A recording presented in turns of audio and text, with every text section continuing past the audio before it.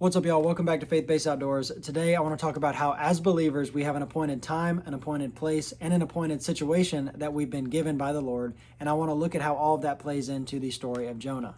So first, let's take a look at Acts chapter 17, verses 26 through 27. From one man he made all the nations that they should inhabit the whole earth, and he marked out their appointed times in history and the boundaries of their lands. God did this so that they would seek him and perhaps reach out for him and find him, though he is not far from any one of us.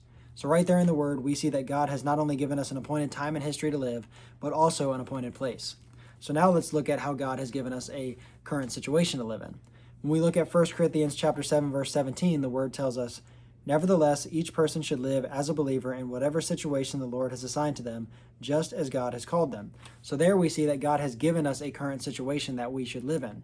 So now let's think about the story of Jonah. Many of us are familiar with the story of Jonah in that we know that he was swallowed up by the big fish. So the book of Jonah starts off with God commanding Jonah to go preach in the great city of Nineveh. Well, Jonah doesn't want to do that and actually gets on a boat to go a different direction. So when he gets on that boat, he actually tells the other sailors that he's pretty much running away from what the Lord has called him to do.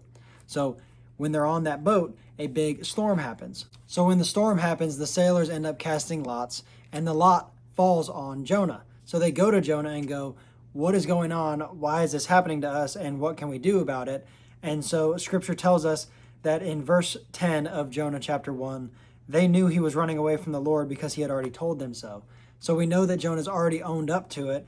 And so they end up talking this idea out, and they come up with the idea to toss him overboard. That is when the Lord provides that big fish that we've all heard of to swallow up Jonah. And that is where Jonah stays for 3 days. So after the 3 days, Jonah is spit back up onto dry land, and God tells him once again, go to the great city of Nineveh and preach.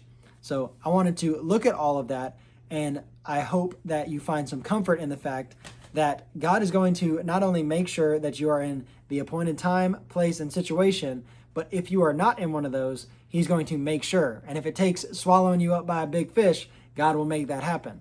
So I know that I found all the culmination of all of this very comforting, because personally I've definitely struggled with, and I know I've talked about this before on this channel, about thinking what God's will is for my life. So when I think about all this tied together of how we have an appointed time, an appointed place, and an appointed situation, and then tie that into the story of Jonah, I get very comforted in knowing that if I get off track, God's going to make sure I get back on the right one.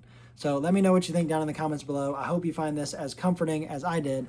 And yeah, just let me know. So that's it.